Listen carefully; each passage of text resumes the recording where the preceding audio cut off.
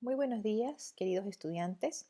El día de hoy vamos a hablar sobre las técnicas de registro de relación céntrica y el montaje del modelo inferior en nuestro articulador. Es importante que el clínico determine, de acuerdo al objetivo que tiene el montaje, qué posición maxilomandibular vamos a utilizar. Sabemos que los modelos se articulan o se montan en un articulador para el diagnóstico, para la planificación y para el tratamiento. En los casos clínicos en los cuales se debe realizar un análisis instrumental por medio o a través de un articulador de lo que es la oclusión dentaria de un paciente o en los casos de rehabilitaciones oclusales extensas, debemos nosotros contar clínicamente con una posición de centricidad mandibular que sea confiable y que sea reproducible, o sea, nuestra relación céntrica fisiológica.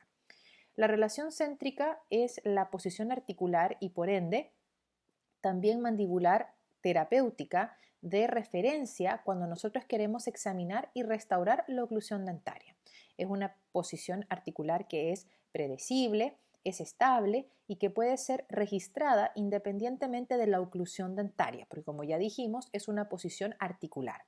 Siempre que el paciente no presente condiciones patofisiológicas musculares o articulares, por lo que toda toma de registro de relación céntrica debe ser determinada bajo condiciones de salud articular y muscular mandibular del paciente o bajo un estado de adaptación morfofuncional asintomático del paciente. Y esto es algo importante que debemos de recordar a la hora de tomar nuestros registros para relación céntrica, que tiene que existir esta salud tanto articular como muscular.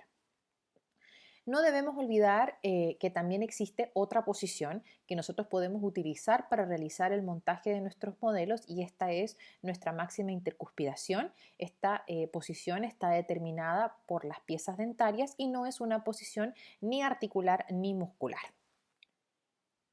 Ahora, la toma de registro de la relación céntrica cumple con dos significados clínicos.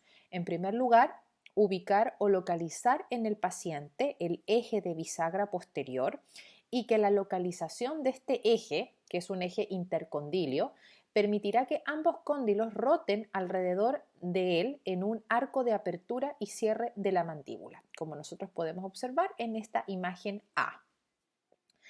Y el segundo significado clínico es que este eje de bisagra posterior del paciente debe ser transferido al articulador, haciéndolo coincidente con su eje de bisagra en la llamada relación céntrica instrumental.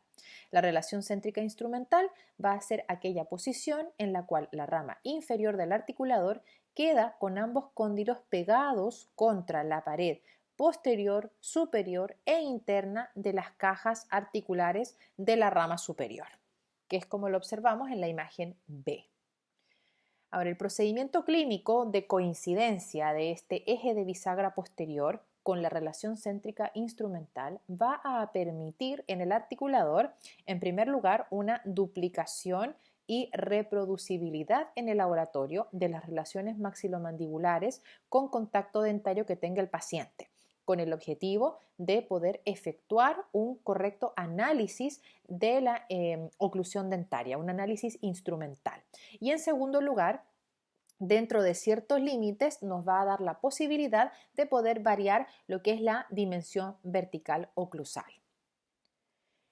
Las diferentes técnicas de registro de relación céntrica se pueden agrupar básicamente en tres categorías. Tenemos las inducidas por manipulación mandibular, tenemos las electroinducidas y tenemos las autoinducidas por desprogramación neuromuscular. De estas vamos a hablar en detalle a continuación.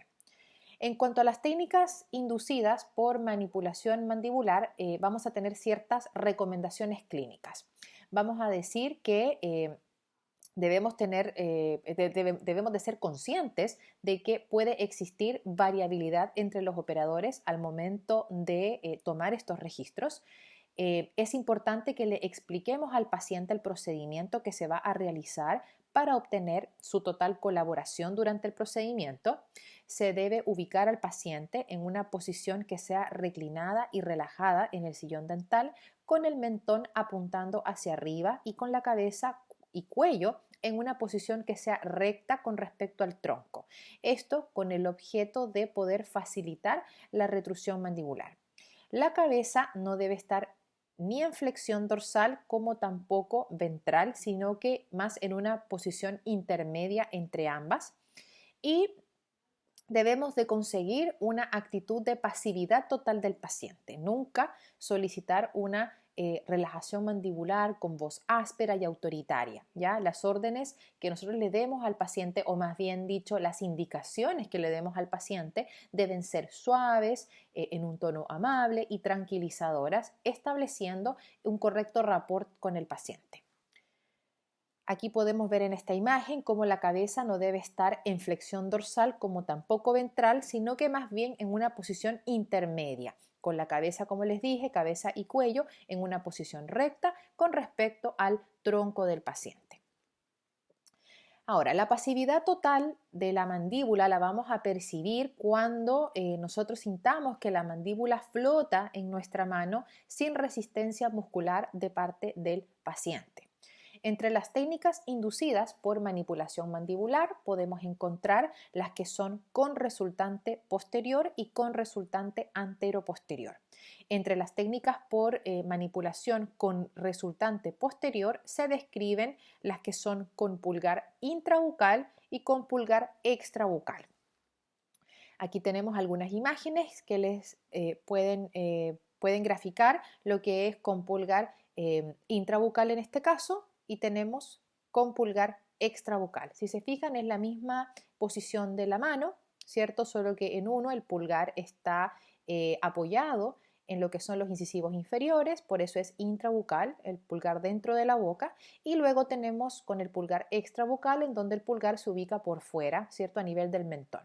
Ahora, como crítica a estas técnicas, es posible comentar que ambas inducen a una manipulación manual más posterior o retrusivo de ambos cóndilos con respecto a su relación céntrica fisiológica, especialmente en articulaciones que son más laxas. Y es por esa razón que no las vamos a conversar, no las vamos a explicar, sin embargo, simplemente las vamos a mencionar. Entre las técnicas por manipulación mandibular con un resultante antero-superior, tenemos las que son la que se conoce como la técnica chin point o punta de mentón, y también tenemos la técnica bimanual de Dawson. En cuanto a la técnica de chin point o punta del mentón, el operador se va a ubicar por delante del paciente, se toma la mandíbula con una mano, colocando el pulgar sobre el mentón y el dedo índice contra el borde inferior de la mandíbula. Posteriormente, ejerciendo una presión suave hacia abajo sobre lo que es la sínfisis y con los dientes separados, se realizan repetidas maniobras de apertura y cierre sin contacto dentario. Una vez que nosotros hemos localizado a través de este movimiento repetido de apertura y cierre sin contacto dentario, una vez que hemos localizado ambos cóndilos en sus cavidades articulares y que nosotros sintamos esa pasividad en nuestras manos, que la mandíbula flota, se le va a solicitar al paciente cerrar la mandíbula por una leve activación de su musculatura elevadora en contra de una presión suave del pulgar contra el mentón hacia abajo y hacia atrás, lo que va a conseguir asentar a ambos cóndilos hacia arriba y adelante, permitiendo el asentamiento de estos en la relación céntrica fisiológica. Ahora, en cuanto a la técnica bimanual de Dawson, el operador se va a ubicar por detrás del paciente, a diferencia de la técnica chin point, y con los cóndilos ubicados en sus cavidades articulares va a manipular la mandíbula aplicando una fuerza ascendente en sus bordes inferiores y ángulos goníacos, mientras que los pulgares presionan hacia abajo y hacia atrás. Esta maniobra va a asentar los cóndilos hacia arriba y adelante, permitiendo de esta manera lo que es la determinación de un arco de cierre en relación céntrica fisiológica. Yo acá les voy a presentar un pequeño video en donde ustedes pueden ver lo que es esta técnica. Ahí, eso es. Esta técnica bimanual de Dawson.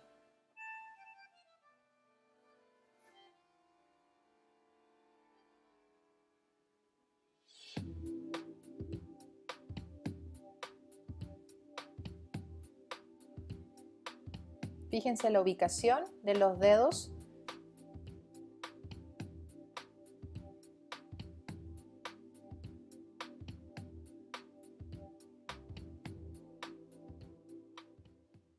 Esa sería la técnica bimanual de Dawson. Aquí les quiero mostrar, este es otro video en donde ustedes van a poder observar esta técnica bimanual de Dawson, pero ya tomando un registro en relación céntrica. Disculpen. Ahí.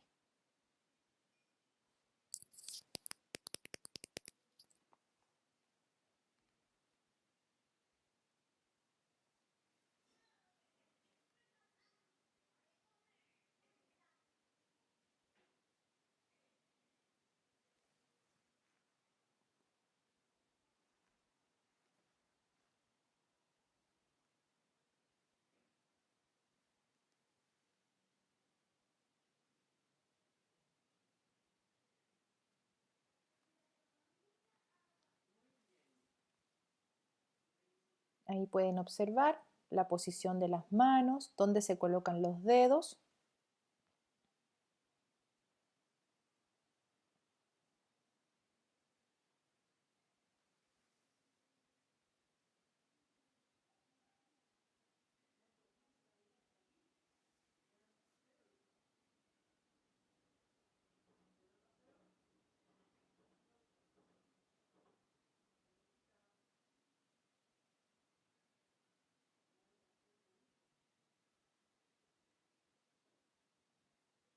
Ahí están calentando la cera, que va a ser el material de registro que van a utilizar en este caso.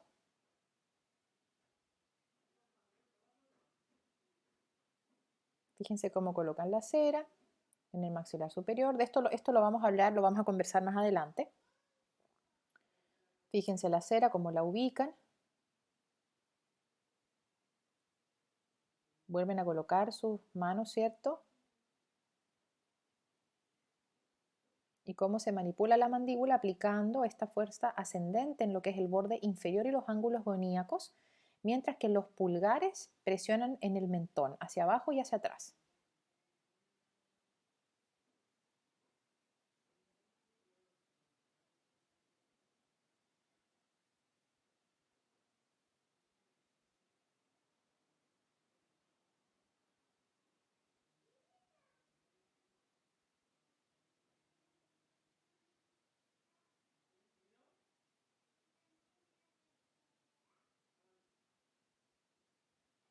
Ahí se logra una impronta de los dientes superiores con los inferiores.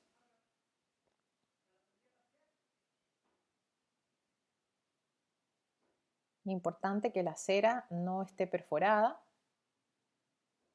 o sea que el paciente no tiene que cerrar hasta lograr que los dientes contacten, porque ahí estaría perforando la cera. Los registros en relación céntrica no deben de estar perforados.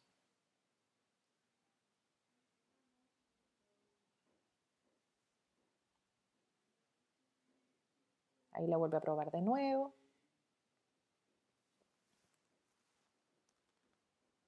Se asegura que estén bien las improntas. Si se fijan, la cera ya está firme. Fíjense, no hay perforaciones. La cera no está perforada. Y ese es un registro del paciente en relación céntrica a través de esta técnica bimanual de Dawson.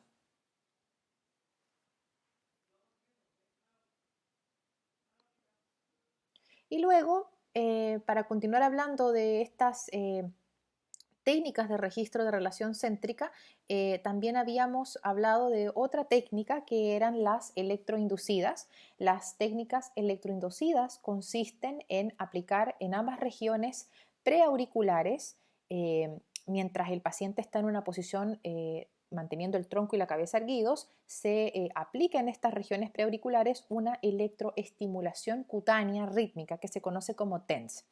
Mediante estas contracciones rítmicas que produce el TENS de la musculatura, se consigue una relajación muscular y una posición postural mandibular que sea estable.